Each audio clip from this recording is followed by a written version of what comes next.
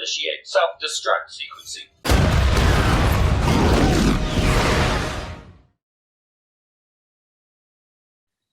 Welcome to our terrible review mini-series, My Mando and Me. My Mando and Me. We're three friends hanging out, talking about whatever seems interesting at the time. And for now, that's The Mandalorian Season 2. If we haven't met before, hi, my name is Robert. Hi, I'm James. Chewie is short for Chewbacca, Luke is short for Stormtrooper, and I need a haircut. This is Nathan. We're taking a break from our regularly scheduled programming to share our thoughts on each chapter of Season 2, The Mandalorian on Disney+. After each chapter airs, you can expect our review to drop the Sunday after. This week, it's Chapter 12. You know what, guys? I don't like spoilers. I don't like them either. They best watch themselves. We're wanted men. I have the death sentence on 12 systems. Come on, guys. Let's not lose any limbs over this. It's not worth the effort. I'll be careful.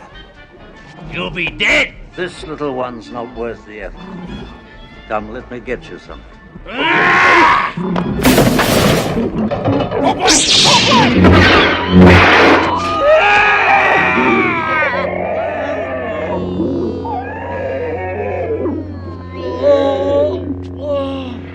From here on out, we're in spoiler territory. Don't say we didn't warn you. Chapter 12, The Siege, directed by Carl Weathers, written by Jon Favreau. The Mandalorian rejoins old allies on a new mission. We'll walk through the chapter chronologically, covering what happens along the way, and share any thoughts or notes we have as we progress. So let's begin, shall we? It's a doozy of an episode. Mando and the child are still traveling to Corvus to find Ahsoka Tano, but there are still some serious issues with the Razor Crest. Mando enlists the assistance of the child to access a panel deep in the recesses of the Razor Crest, but the child is struggling to follow Mando's instructions with shocking results. This scene gave me serious dad and son working on the car vibes. At first, it was like, oh, this is really cool. It's like, hand me this wrench or plug this thing over there or do this thing over here. And it was really neat. And then it quickly turns into the worst tech support call ever. Look in the top right corner of your screen. Do you see a big blue E or a big green N? Big black nothing. Okay. For me, it kept reminding me of the scene in Empire Strikes Back when Han and Chewie are trying to fix the Falcon before they get out, before the Imperials coming to invade. And you got Han yelling, no, no, no. This one goes there. That one goes there, right? And just, that's, to me, it was a great homage to the original trilogy. No, no, no! This one goes there, that one goes there, right? Yeah, and I guess I was right. There was no way Mandalorian was going to make it to Corvus to meet with Ahsoka with the way that the Razor Crest, the condition it was in.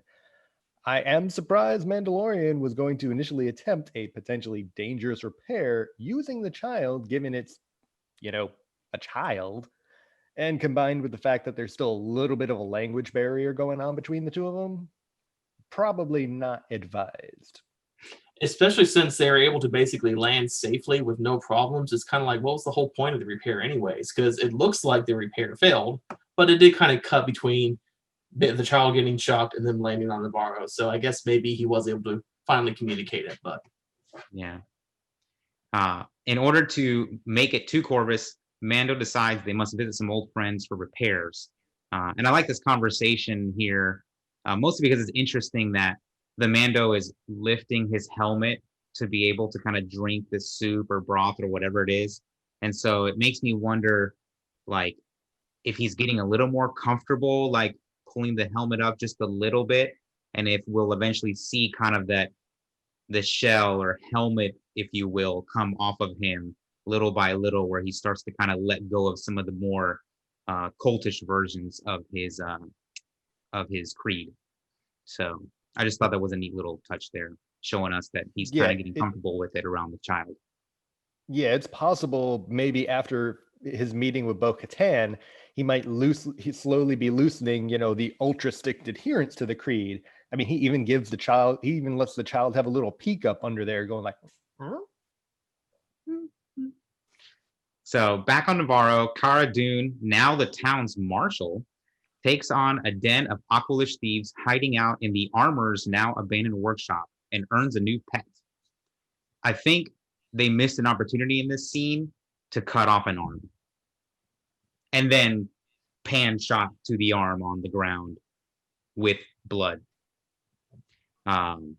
Just because it would have been a neat little callback to that scene in the cantina. But I don't know. I'm partial to some of those little callbacks. To be fair, the series is already, one might argue, overstuffed with a lot of callbacks. So I'm completely fine with them missing them. That it was nice to have another, mostly hand-to-hand combat scene. I know there was a lot of blaster fire and Cara got some in too, but gave us another chance to show off Gina Carano's, mixed martial arts talents and training. And one thing I noticed is when we get to the end of the episode and we get the concept art, showing how some things originally might have looked, it was cool. There was this scene, it showed the little, I don't know if it's a weasel or a ferret, whatever the space version of that creature was.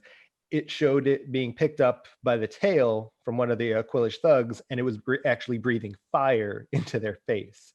And I would have liked to have seen that. I guess it could have been the fire ferret from The Legend of Korra. That was my thought, but I didn't quite want to say that. I took it. So Mando and the child land on Navarro, and they're quickly met with warm welcome by their friends, Greef Karga and Cara Dune. Greef has this real neat kind of just scene here with the child where he's kind of got this proud uncle boasting about his favorite green nephew kind of thing going on, where he's like, is the Mando taking good care of you? And he kind of just like, goo-goos or gagas a little, and Greef is like, he said yes, and he just kind of walks off with him. It's a cute little thing going on there. I thought that was cool. I said the same thing when I was watching with Jacob, but I said he was such a proud grandpa with the child. And so I guess if you think he's an uncle, I think he's a grandpa. Does that make him Uncle Grandpa? Good morning. Good morning. Yeah, and it just again continues showing us Pedro Pascal's, body language here. It's like you can sort of see him just pause a second, just because it's somebody, even if it's Greef Karga, taking the child, and it's like, okay, fine. We do also get a Mimbonese repair person here, acting kind of sus, but it's nice to see more Mimbonese people being featured in some more properties.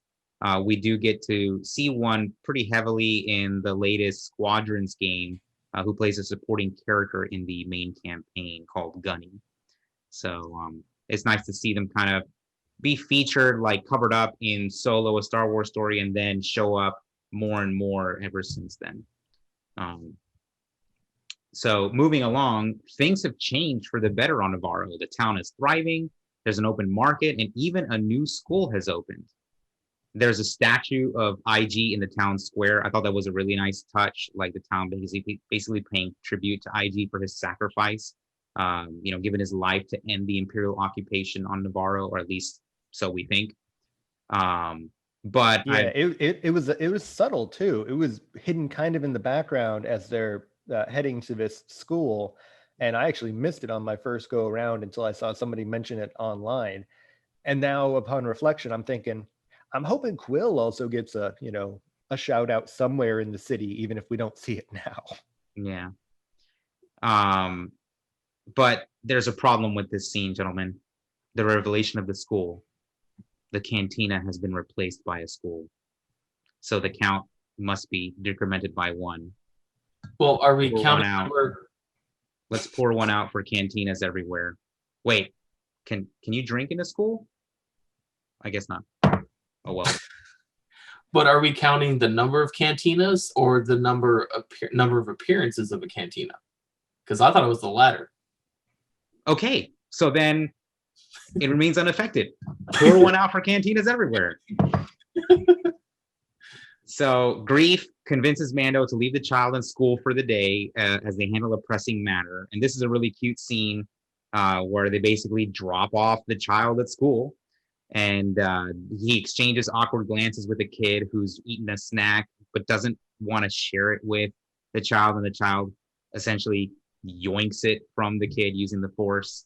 And there's a neat little nod here to Solo, a Star Wars story, where the protocol droid teacher mentions the Akadezi Maelstrom, which is the kind of space storm, if you will, surrounding the Kessel system that is shown in the Kessel Run, depicted in Solo. And I thought that was a neat little hidden kind of callback to, or call out to that area of Star Wars, with that famous Kessel Run. Yeah, is it just me, or did anybody else just want to keep listening to that protocol droid's lesson? I'm just very curious at what the state of most of the galaxy is at this point in the Star Wars timeline, given we're still like 20 plus years until the events of the sequel trilogy. It's like a lot of stuff could happen. Like this Mandalorian takes place 5 years post Return of the Jedi. So I know it's probably not that far removed from the Battle of Jakku. I can't remember exactly what year that takes place on, but still a lot of things have probably changed between, events. It just goes to show you how nerdy we all are here. So So our crew heads to Grief's magistrate office to meet up with an old bounty. It's the Mythrol Mando captured back in Chapter 1, now thawed from carbonite and working off a 350-year debt to Grief. I thought this was pretty neat because we get an answer to a question I don't know if any of us asked, which is, what did the Mythrol do to basically earn a bounty on his head? And it turns out that he was a bookkeeper for Grief and skipped out on him after some creative accounting games he was playing. So I thought it was pretty neat that we didn't really think to ask that question. It was like, oh, okay, that makes sense. Yeah, the way Karga addresses Mythrol, though, is just very confusing to me. So based on his appearance in Chapter 1, it makes it seem like Mythrol is his species. Yet in this chapter, Karga kind of keeps referring to him as like if it's his name. So it's like he says something along the lines of, Mythrol here was cooking my books or whatever. And it's like, if he was talking about him as like as a species, it would have been the Mythrol or this Mythrol. And it's like, I don't know. Though to be fair, the way he keeps referring to Din Djarin as simply Mando all the time, I don't know. It might just be a personal take of him. But like even in the credits, the Mythrol is referred to as Mythrol. It's just a little annoying. Yeah. We also kind of get a little weird, did the Mythrol pee himself when he sees Mando? He definitely looks frightened, and this mist kind of shoots out from his neck, and it's a little bit funny, but then also a little bit gross. Oh, I didn't see it as like him tinkling. It was more, to me, it seemed more like a gasp. And then later on, we get him complaining about, starting to dehydrate, and Karga mentioning his immunity vest. So I bet it was more of a mobile environment that was just being leaked out of his suit momentarily, rather than like an actual biological waste function. I hope your reasoning is what's true. So the mission that Grief needs help on is to drive out the remaining Imperial holdout with remnants of the forces used by Moff Gideon to threaten Mando back in Season 1. I like that Grief's motivation here for needing Mando's help is pure in a sense, right? He wants Mando's help to get rid of the Imperials, not to gain something that they have, but to basically drive out the remaining evil in the area so that Navarro can be completely safe. And they make it a point to explain that by Mando challenging Grief's reasons for wanting to get rid of the base or take over the base. And then Grief actually explaining what his motives are. I thought that was nice. And I had to laugh at the whole, when he asked, what kind of forces are we looking at? And Grief is just like, oh, it's just a skeleton crew that's there. And I went, skeleton crew, right.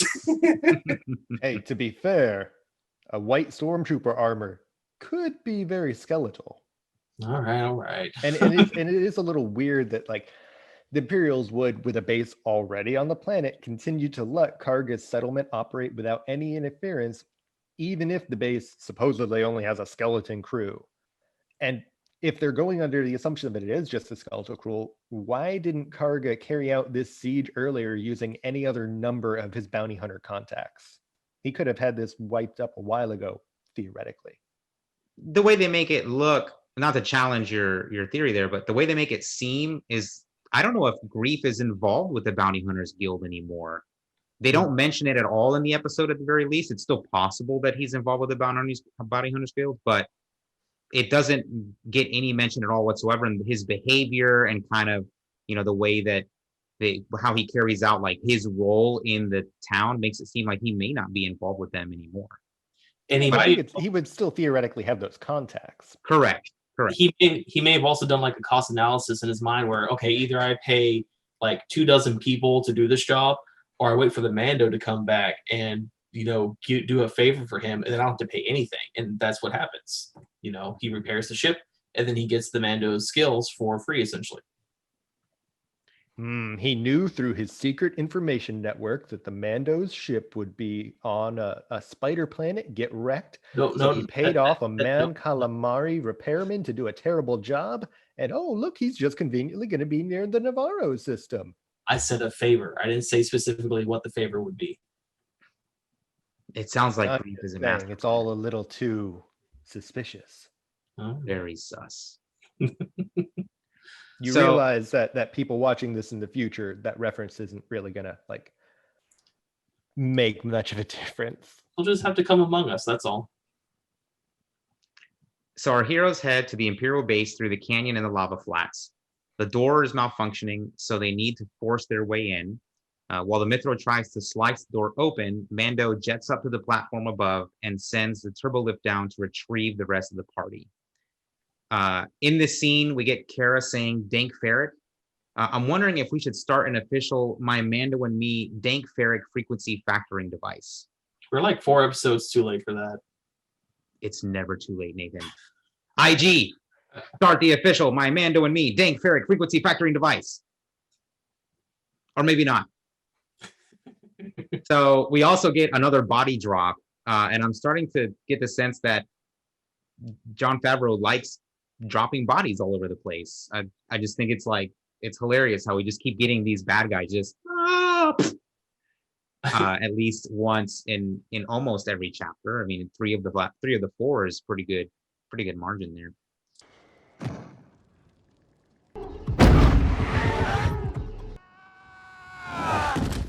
I can just imagine him being like, body goes splat. So they sneak their way through the base to the reactor. The goal is to drain the cooling lines so that they can vaporize the base, essentially make base go boom. En route, although before they even get there, they make an obvious point of like they see this old antique speeder according to the Mithril, and it's one of those obvious things of like, all right, that transport is obviously going to be following Chekhov's gun rules here. It's like, oh, well, I wonder if they're going to use this later in the episode. So on their way, they make a quick stop at an operations center to shut down surveillance and obtain an Imperial code cylinder, which makes getting through doors and entering systems a lot easier. I started noticing here that Grief throughout the episode, and James made a mention of this earlier about the way Grief treats the Mithril, had me worried that the Mithril might turn on him, but he was also offering to like commute portions of his sentence. So I suppose there's some kind of balance there, but it was just weird, like this kind of tough, you're going to do it, or I'm going to take 50 years off your sentence. And I'm like, you're not very good at this threatening thing, are you, Grief? So they succeed, they reach the reactor, they drain the cooling lines as desired. But now, of course, alarms are going off. They're alerted to their presence, and the remaining imps are starting to converge on them on their way out. Backing up again for 1 second. So to drain this coolant, they have to get onto this teeny tiny little platform around the controls for it, which look almost like the controls for the Death Star tractor beams in A New Hope. But they make the obvious joke about, oh, there's a lack of guardrails here. And it's the same type of joke we've had before about, no guardrails in most Imperial facilities. But it just begs the question, like, why no guardrails? Like the platform, the controls on there, it can't be any wider than 2 feet. If you look at the guy's feet on there, even later we get a shot of like a stormtrooper on there, and he's kind of like straddling it weird.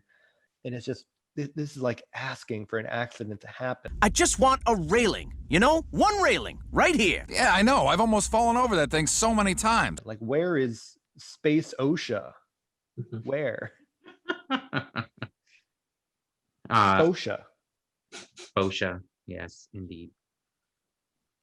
So on their way out, they stumble onto two Imperial scientists purging some data out of the system. And it turns out this place is more than just an forward operating base. It also contains a secret lab. We get a shot of a tube with some messed up looking body inside of it. And the Mythrol uncovers a recording of Dr. Pershing, seen before in chapters 1 and 3 of season 1. He's the doctor that basically was trying to get a hold of, or showed up with the client to get the child for whatever nefarious reasons they had. And he's providing a report to Moff Gideon on the status of some mysterious project that's tied to the child. We are told that the trials are failing. Even after they had promising results, the doctor fears that the proceeding with the transfusion is too risky. And they're also out of the initial supply of blood. And if they're going to continue, they're going to need access to the donor again. There's also reference to the donor they're not going to find another donor with a higher M count. And so, man, do we get but some answers that we have been asking now for a while. We wanted to know, why does Moff Gideon want the child? Well, now we know he wants him for his blood. Why? We don't know yet, but at least we know he wants him for his blood. And because he's got a high M count, which no doubt is a reference to midichlorians. Midichlorians? You mean those microscopic life forms first introduced in The Phantom Menace that determine an individual's force potential?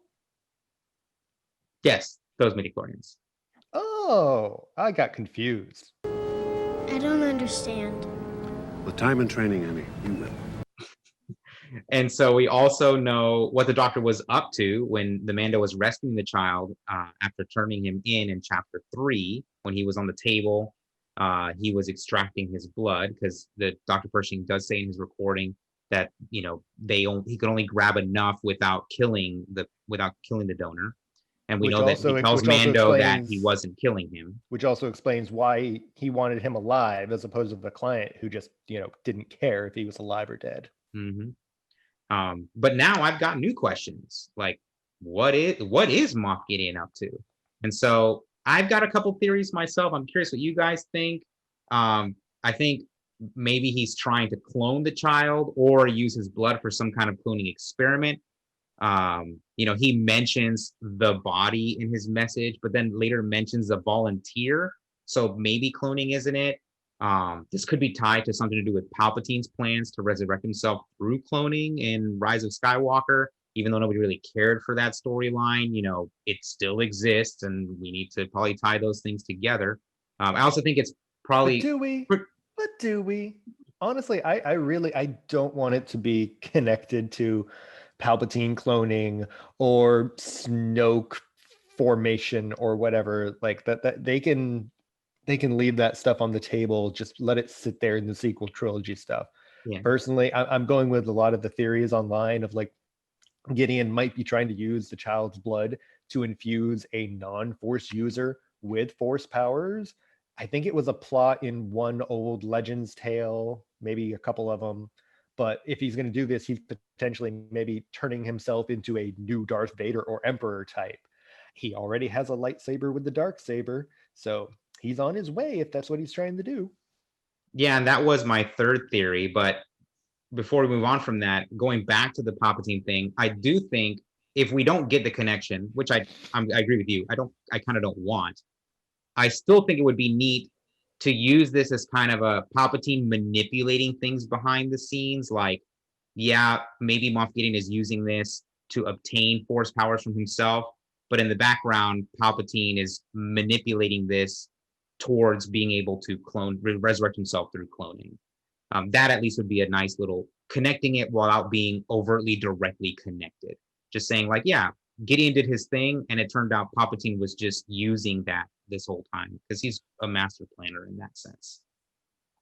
Regardless of what the actual reason is, I do love how they did the scene because yes, they answered a few questions, but they gave us a few more to ponder for the next, season and a half or so, however many more episodes. And it could be any of these things because we really don't know just yet. We just got a little tidbit of information. Are they going to try to make the sequel trilogy more canon, or are they just going to go off and make a new antagonist entirely that Mandalorians are going to have to face later on? We don't really know, and they set up so many different possibilities with just this little 2-minute segment, and it's like that is great writing. I love it. Give me more. It could be any of those things. It could even be a boat. You know how much we've always wanted a boat. We'll take the boat. We'll take the boat. You can have the boat or the mystery box. What, are you crazy? We'll take the boat. Oh, no, not so fast, Lois. A boat's a boat, but the mystery box could be anything. It could even be a boat. You know how much we've wanted one of those. Then let's just... We'll take the box. Next, we learned that the recording is recent, so Moff Gideon is alive, prompting Mando to rush back to the child. And I have to admit, I completely forgot that we know that Gideon is alive, but they don't. And this just, it kind of surprised me there for a second. I'm like, yeah, guys, we know he's... Oh, wait, I'm sorry. You don't know he's alive, but we do. Well, Welcome to be fair, they up to this point, they have not acknowledged that they think he's dead either. This is the first time where Mando is like, oh, this got to be old. Gideon's dead. Why does the Mandalorian and everyone else just assume Moff Gideon was dead at the end of Chapter 8? Yeah, his TIE fighter crashed, but without seeing a body, there's just no way that they should have known for sure. We see Jawas trying to scavenge the TIE fighter at the end of that episode. Wouldn't Karga have tried to send his people out to wherever it crashed to just, confirm a kill? It's one of those leaps of logic that it doesn't make sense to me. TIE fighters aren't known for the survivability of their pilots, and Moff Gideon didn't have any sort of life support gear on him when he was flying it around. And so I think it's pretty safe to assume that any pilot that crashes in the TIE fighter is probably going to be dead. Though, to be fair, they don't see inside the cockpit. They can't entirely know that he doesn't have any life support gear. But the point is, the most rules of fiction is if you don't see a body, you can't assume somebody's dead. Yeah, but that'd be meta knowledge. They're not going to use meta knowledge like that. And they saw Moff Gideon before he got in the TIE fighter when they were at the bar at the whole holdout thing. So they saw that he was just wearing a cape and then whatever festive things he had on. Also, Karga may not have sent anybody out there because he was just a coordinator of bounty hunters. He didn't really have any sort of ruling matter over what was going on in the town at the time. I see what you're getting at. I just, from a internal standpoint, the storyline, it was perfectly reasonable for them to assume that Moff Gideon had perished in that crash. I don't know. I just would have assumed maybe on his way out of the system at the end of Chapter 8, Mando could have been in the Razor Crest and just done a flyby and been like, all right, let me go kick the body once. Or just drop another bomb on it for good measure. To James's point,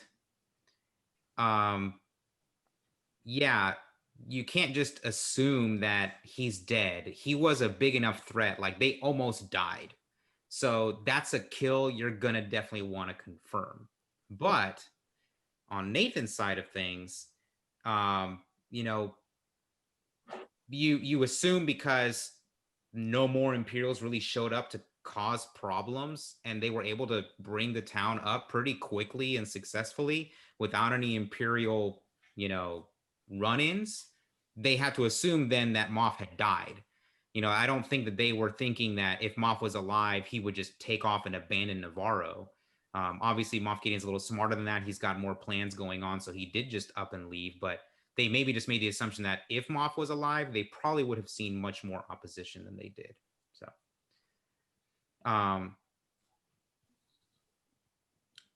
and there's another thing here before our friends start taking off, where Mando kind of leaves and he's running through the facility on his way out. Stormtroopers notoriously have very bad aim, but when it comes to Mando, they seem to get direct hits way more often than any other character in galactic history. And it reminds me of a meme I saw recently too, where it shows like, stormtrooper aim throughout the different, different eras of Star Wars and how they miss certain characters and not miss other characters. And it just stuck out to me like they hit the Mando a lot. Well, to be fair, he's got that magical Beskar armor, so we know he can take a hit. Right. But it's weird that the Beskar armor seems to be like strategically placed in just those perfect areas where he would get hit. And it's not even like, let's say, necessarily like he's got a chest plate. He's got like a floating piece over here and on his thigh that just you see in here, ding, ding, as the blaster bolts bounce off. And it's like, why were you aiming for his thigh like that? Why weren't you aiming for center of mass? So the remaining three also fight their way out of the base. They commandeer the Chekhov's troop transport from earlier in the episode. Hello, it's back. No surprise there. To escape. And it's a really neat, very tense scene. Very well done. Where they basically drive it right off the platform and splatter the Mithril speeder underneath. And I like how it's just a real quick, was that my speeder? And then they move on kind of thing. I thought was pretty funny. I laughed at that one pretty good. They're chased through the canyon by scout troopers on speeder bikes, and Greef mans the guns and manages to slowly but surely pick off the scout troopers one by one. I like some real quick little details here in this scene. So real quick. So they're pursued by these scout troopers, and I'll have to admit I kind of laughed at first because we see, it's probably about a half dozen scout troopers. They also have to go over this little canyon jump thing or whatever. And just two of them kind of wipe out almost instantly. Like they crash into each other. And I laughed at first, and then it just kind of made me feel a little disappointed. Like, I know we're supposed to root for the good guys in most things Star Wars, especially in this series. But week after week, when we see the rank and file troopers, being presented as bumbling and poor shots, it doesn't help provide any kind of real tension for our heroes. It doesn't help make them seem like they're in any real danger of being hurt. Like, yeah, I know we pointed out, they keep making shots on Mando, but like, again, he's got that, Beskar armor, so he's safe, but just, I don't know, let the troopers at least graze somebody's shoulder every once in a while, for Pete's sake. Yeah. I like a couple little things they do here in this scene. One of the troopers kind of digs his foot into the ground to kind of drift the bike. I thought that looked pretty neat. We get what I would consider a callback when one of them gets taken out. The bike flips end over end, launching the trooper over. We see that kind of same thing happen in a chase scene in Solo: A Star Wars Story, another Solo reference in the episode. I believe it also happens in Rise of Skywalker, if I'm not mistaken, in the chase in the desert. We get one. You gotta really feel for this guy getting smashed up against the side of the canyon wall. Kara seemed to enjoy that a little too much. And then the last one is completely vaporized at point blank range, and Greef seemed to enjoy that a little bit too much. So to James's point, the good guys seem to enjoy killing the bad guys a little bit more than they should too. Just really weird sense that I get sometimes in this show, like that they're enjoying the violence a little too much. Although I guess the argument could be made that they're in the Outer Rim, they're maybe more of like the neutral guys. True. Very true. So thinking that they've evaded certain death, now 4 TIE Outlanders give chase, and they narrowly destroy our friends. Seriously, Greef, were you a stormtrooper in a past life? Like, hit something, dude. Like, he seemed to, I guess he got lucky with the scout troopers, because when it comes to the TIEs, like, he's completely missing them. And at first he's hitting the canyon walls, and I'm like, man, he really sucks at this. And then then I'm thinking maybe this is a plan of his, like he's taking out chunks of the canyon and then he's gonna make it like fall down on top of them or something, maybe. But no, he's just a really poor shot. Well, I gotta agree with you. I thought he was trying to make an avalanche for the TIE Outlanders at first for some odd reason, which is like, okay, that's a legitimate strategy if you can pull it off. But then like every shot, just like little specks of dirt were coming off, and so I was like, okay, no avalanche is going to happen. All right, so don't hold my breath for that anymore. And he is not a good shot. But you also got to think that with the speeder bikes, he really only has to worry about like one plane of motion with the speeder bikes, whereas with the TIE fighters, you also have elevation put in there as well, or the TIE Outlanders rather. So it may have been that the gun itself was not able to easily like go up and down as quickly because it may have been designed to target and track ground support. So it can swivel real quickly, but not necessarily, rise and fall. Sure. Yeah, it's a good explanation. Yeah, it was nice to see these TIE Outlanders again, even if I'm still confused at their purpose. Like at first when we saw them in Chapter 8, I thought maybe it's like, oh, the way this thing folds up when it lands, maybe it's just a special type of TIE fighter offshoot for Moff Gideon. But here we see, another, probably at least a half squadron's worth of them. And it still confuses me. Like, so, okay, it folds up to land. Great. What else is special about this? Like, why is it more effective in this design for it to fold up to land as opposed to a regular TIE fighter that just goes bonk? Like, it's just, if it had maybe shields or something, but it doesn't appear to have any shields. I don't know. It's just a confusing design. It's one of those designs. It's one of those designs where it's like, kind of like a 90s design of like, yeah, it's cool, but is it effective? It's cool. Yeah. Maybe because I noticed like in the base there aren't platforms around the ties. So maybe it's meant that way so they can kind of land anywhere, and getting in and out of the tie is easy. You don't need like a step, you don't need like a long ladder or anything like that. You just kind of plop it down wherever you want and climb right out of it like Moff does in Chapter 8. Maybe. So having taken out at least one of the 4 ties, Mando then swoops in with the Razor Crest just in time to save the day. And this is probably, for me, the most fun scene. I love dogfights, and anytime we're getting ship-to-ship battles is really cool. One of my favorite all-time scenes in all of Star Wars is the opening scene of Revenge of the Sith, the battle over Coruscant, because just seeing that ship-to-ship stuff is always just amazing for me. And man, the Razor Crest can fly when it is all fixed up. It does this really neat breaking 180 move that is just, you'll Trino, man. It is the best. But speaking of it being fixed up, like, yeah, this sequence was entertaining and everything, but I just got distracted thinking like, wait, so yeah, the way they presented time in this episode, like, I know that the base is on the other side of the planet, but like, even when we see, this transport come out of the canyon, it makes it look like they're not far from their settlement. So like, how was the Razor Crest repaired this quickly? It seemed really banged up. Like it confused me at first. At first I thought like, oh, he got the Razor Crest and he's going to do what he can, but like it's fully repaired. Like after this scene, he jets out. He's like, all right, see y'all. It kind of took me out of the scene for a moment. There is a really quick line. I don't know if I would call it completely repaired. There is a really quick line where he says that he has a lot of internal maintenance to complete on the ship. Okay, but he's just referring to after we see the child throw up. That's what I thought. I assumed that was just a quick little line of like, oh, I've got to, fix a few things on here. Wipey wipe. Maybe. It's a dad joke. Okay. Yeah. Then I'll give him the dad joke. Mando takes a page out of Anakin's playbook and does some spinning to avoid the tie's fire before finally taking it out. I'll try spinning. That's a good trick.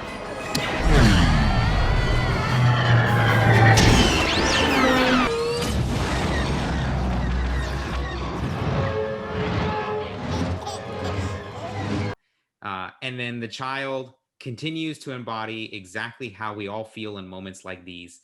Hands in the air, full of glee, enjoying the ride, just whee! Like, I love how the child is just in this moment, like on a roller coaster at Disney World. It's so much fun. I got a kick out of that. And then, of course, as James pointed out, he vomits, which is just great for like your first roller coaster ride. You kind of get off and you're kind of queasy and you maybe vomit. And so it's cool. Like, he's just like, yeah, that was great. Bleh. Well, that's why you don't bring your cookies on a roller coaster. That way you don't toss your cookies while on the roller coaster. So with the base destroyed, the remaining Imperials have been eliminated. Mando leaves with the child back on their search for Ahsoka. Unfortunately, there isn't any time to celebrate with Moff Gideon possibly around the corner. And we'll get to why that is in a minute. Back in town, the New Republic pilots have shown up, probably because they've caught wind of the base's destruction, and they are interrogating Grief about the events that transpired. He covers up for Mando, denying their claims that the Razor Crest was present, and then sends them on their way. I gotta point out, I loved Karga's body language in the scene because it just helps to kind of show the disdain that like the Outer Rim has for the New Republic. Like, you have no power out here. We don't care. Yeah, sure. No, he wasn't here. And just not even like really giving them the full respect and authority that they may or may not have. So because like I forget which chapter it was, but the Mandalorian mentioned how the New Republic was a joke. And it helps to kind of re-support that and showing that another person has that view as well. Yeah. And I like how these guys keep showing up. I hope we see more of them kind of like little by little here, how they're kind of like keeping tabs on the Razor Crest movements, and then maybe they kind of play a role in helping the Mando out maybe towards the season finale or in a dire situation. And I just love how much these guys just feel like cops patrolling the Outer Rim. You know, they're just investigating a crime. They're trying to do their job. You know, they're trying to keep the Imperials from taking over again, because like he points out in a conversation with Kara, where they talk about Imperial activity that's in the Outer Rim. The core worlds are denying this. They talk about her service a little bit. I do like that, you know, he's like, there's something going on out here and we're going to get to the bottom of it. He does question her, though, about if she lost anyone at Alderaan, and it felt a bit tone deaf to me. Like, it was like, bro, the whole planet was dusted. Like, I think people who weren't Alderaanian lost people. Mm-hmm. Well, not only that, but like, yeah, it's tone deaf, but like, in addition to blowing up Alderaan, there's a big point in other, you know, Star Wars stories, I think even in Squadrons, of like, they didn't just blow up Alderaan. They continued afterward to hunt down Alderaanian refugees. Like, they wanted to get rid of all of them to prove a point. I did not know that. I also got to point out that with the closed captioning, she makes a point of saying that she's not a joiner, and the word joiner is also in captions. And I wanted to point this out because that could be a tie-in to another Legend story arc about the Killick hive mind, and it probably isn't. They're probably not going to have like the Killicks in the background or do anything like that. But it's kind of cool how they had another term in there, even if it was just like what's an insult that she could use here, and give her joiner. That's an insult that's actually used in Star Wars. But again, like Robert's mentioned so many times before, those who know more about other points of Star Wars story and everything, it's just like a little nod off to those who know about the lore. So out in space, aboard an Arquitens class cruiser, really neat thing here, the Arquitens class cruisers were introduced in the Clone Wars. If you haven't been paying attention since our last episode, watch the Clone Wars and Rebels. But also interesting thing, the tracking shot for this, you know, possible flagship we get it from underneath, and it's kind of similar to the same kind of tracking shot we get when we first see an Imperial Star Destroyer in A New Hope. I got that same vibe too when it first came across. I was like, oh man, I'm getting serious New Hope vibes, man. Fun fact, that Star Destroyer was named the Devastator. It was Darth Vader's flagship while hunting down rebels. I'm done. This has been Fun Facts presented by Nathan. Nerd. So it's nice to see nerd, geek, nerd. It's nice to see another ship created in one Star Wars property be brought over to another one. So that's always really cool. So the Milanese repair worker from earlier in our story is revealed to be working for Moff Gideon's group, reporting that a tracking device has been installed on the Razor Crest. What's a twist? I called it. I don't think this is a twist, man. Like, this is the gripe. This is the one gripe I have about this episode, and really at large this show, is that in some cases they're spelling things out a little too easily. They make a point to show the Mimbonese repair worker, and then not only show him or her multiple times, but then show them looking at Mando, but then looking at them suspiciously. And so it was one of those just like they pointed out the troop transport, it's like, yeah, this is going to be a thing that they're going to betray Mando or grief or whatever. And so this wasn't a surprise for me. It was kind of a letdown. It was like, I would have preferred have been given zero hints whatsoever. Yeah, these just two random guys are repairing the ship, moving on. And then, holy crap, one of them actually was with Moff Gideon and planted a tracking device on the Razor Crest. I would have definitely preferred to be caught completely off guard by that. To be fair, though, the Membonese just says the device. He doesn't say the tracking device or anything like that. So it could be more than a tracker. Like it could be an interdictor or a sleeping gas trap. We don't really know what the device is going to be. Well, but yeah, we do, because like 2 minutes later, the female Imperial officer is talking to Gideon and mentions the tracking beacon. So, but again, it could be more than just that. It could be some sort of trap. You mean it's a trap? It's a trap. Yep, it's a trap. And but on this note, it is nice to see more women in the Imperial Navy. It's like I don't believe we ever actually saw any female officers, or honestly in the original trilogy, not very many females at all. Like character wise, we've got Princess Leia. By the time of Return of the Jedi, we've got Mon Mothma. Mm-hmm. We don't really get a lot of females in that original trilogy there, even in the background. So it's really cool to see in this new day, more women doing things. And to add to that, when we see this comms officer that the Membonese is talking to, I got this feeling that she looked very familiar, so I had to look it up. And it's she's the character's played by Katie O'Brien, who's been in a lot of other TV shows like Agents of S.H.I.E.L.D., Black Lightning, and Z Nation. And she's also a martial artist, so maybe she's going to get to be in another episode and be in a fight scene or something. So that's going to be fun to look forward to. Yeah. Pleased with the news and confirmation that the child is with Mando, Moff Gideon smiles and looks on at a room full of mysterious droid-like super soldiers as the episode ends. And, I like this because you can see he's got other things going on besides experiments involving the child. He's playing, multiple games here. He's got another strategy going on, or at least multiple plans going on. And I like that there's more to him than just, I need to have the child for this one crazy experiment that I have. And these things that are kind of lining the room, they look a lot like Phase 3 Dark Troopers from the 1995 video game Star Wars Dark Forces. And I hope that it's something along those lines, because those were really neat in that game. We also get some hints that this may be the direction that they're heading in, because there is an Imperial engineer in the room, and he is wearing the logo for the Imperial Department of Military Research. And fun fact, in that game, it is the Imperial Department of Military Research that develops the Dark Troopers. Yeah, kind of think of a Dark Trooper as like a souped up robotic stormtrooper that's very tough to deal with. It would be awesome if they're going to bring those from the legends into the current Star Wars canon, even if maybe with some changes.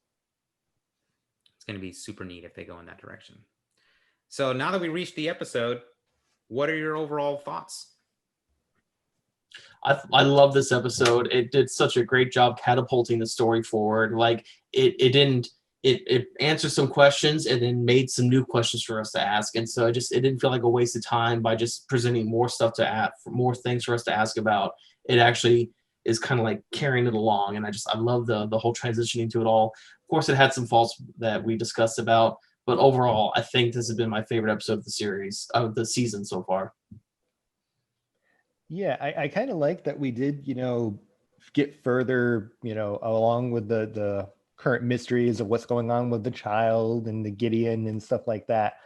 Because when everybody initially thought like, oh, maybe we're immediately going to get Ahsoka this episode, I could see people initially being disappointed that, oh no, we've got another little side quest, but this side quest actually furthers plot developments. So that was good. I enjoyed the episode. I also love this episode. I think it was great. I think Carl Weathers needs to direct more episodes of The Mandalorian. I think he did a fantastic job. Especially all of that stuff on the base, that the tension felt really good, despite, the usual gripes about stormtroopers not having good aim and just being very poor at their jobs. It still felt like a pretty good tense scene. Them needing to get out of there, and how they were going to get out. Honestly, we did have a missed opportunity though. Carl Weathers is the director, and he was, starred back in the 80s in Predator with Arnold Schwarzenegger. When we first see Grief and Mando get back together, they do a little a little arm clasp thing. It would have been nice instead if they would have just done, the Predator handshake. So, but overall, I love this episode. Furthers the story, like Nathan said, answers questions while giving us some new ones, or at least narrowing in some of those questions a little more, our theories, while opening a couple more other possibilities up. It was perfect. It was the little nugget we needed to feel like the story was progressing. So, before we move on with wrapping up, though, I want to speculate here just for a second. With any luck. All right, you're done. With any luck, because Dave Filoni is directing the next chapter, and we're assuming we're going to get Ahsoka. I'm wondering if we're going to get like an Ahsoka versus Gideon kind of fight here. If the theory that Gideon is trying to obtain Force ability through transfusion or something along those lines is true, and he's obsessed with this becoming Darth Vader / Emperor-like, it would be interesting to see some kind of clash between these two, one with a lightsaber and another one with a lightsaber-ish. And we did get earlier, before the season started, Giancarlo Esposito mentioning that there was going to be some lightsaber clashing going on in this season. So be pretty neat to see that going on, especially with the idea now that Moff Gideon can show up anytime. So it would be pretty cool to be like, oh, you're Ahsoka. Okay, I need your help. Here's the child, blah, blah. And all of a sudden, no, here comes Moff Gideon. Engaged in a fight. There's no time. That whole scramble, kind of messing things up, seems like a really neat direction for the show to head in. I don't know. What do you guys speculate real quickly what you think we might see next? We've got 4 more episodes. Like, it's hard to say what the remainder of the season would be. Obviously, we know next episode, 99.9% chance we're going to get Ahsoka. It's, written and directed by Dave Filoni. He's not going to pass up that chance. Like, I don't know if it's going to be like, all right, we're going to meet Ahsoka. She's going to give some info dump, and then Mando's going to be on his way and everything like that. Or like, I could see maybe she's going to get captured by Gideon after a battle, and then the 3 remaining episodes are, trying to, break her out or get her free. Or maybe on the other hand, maybe the child will actually get captured and Ahsoka and Mando have to, team up to break the child out. I don't know. It could be anything. The fact that we don't get any kind of episode descriptions until it premieres, anything is possible. They've been very good about not letting big things leak. Yeah. I do like your theory here a little bit, though, because we get this whole mention of M count and how they're probably not going to find another donor with a higher M count. And Mando is essentially now leading Moff Gideon to a Force user. Mm-hmm. So it would be interesting, if they find Ahsoka, he needs her help with the child, and then immediately loses her to Gideon because she's exactly the kind of thing that he's looking for. And now it's no longer, you know what? Keep the child. I got something better. Mm-hmm. That's interesting. I just thought of that when you brought that up. That's pretty cool. It does occur to me. I don't think Gideon could find anyone with a higher M count, Mando count, than the Mando, with his strict adherence to the creed. That's what M count is, right? The Mando count. We went through this. Episode 1, Phantom Menace, Qui-Gon Jinn. Yeah? No? Okay, moving on. Nathan, any theories? If it weren't for the fact that they've already announced that Dave Filoni is writing and directing the episode, I would have just assumed that, like, on the way to the planet Corvus, whatever the name was, that they just get captured by Moff Gideon. So we kind of get a repeat of the heist episode where it's the Mando trying to get out of the ship that he's been captured on and reacquire the child and get out of there. But because we do know Dave Filoni has written and directed the episode, the chapter, I can't think of anything that hasn't already been suggested. So, but anyways, let us know what you think. You out there, yeah, you, the one I'm pointing at, not him, you. Let us know what you think about Chapter 12 in the comments. Specifically giving a shout out to Daryl, letting us know his comments in a mini novella-esque form.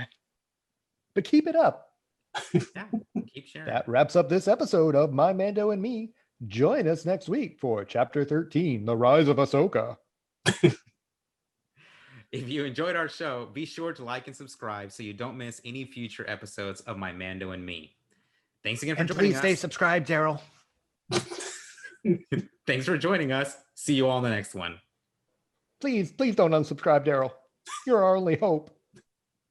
Be good to each other out there.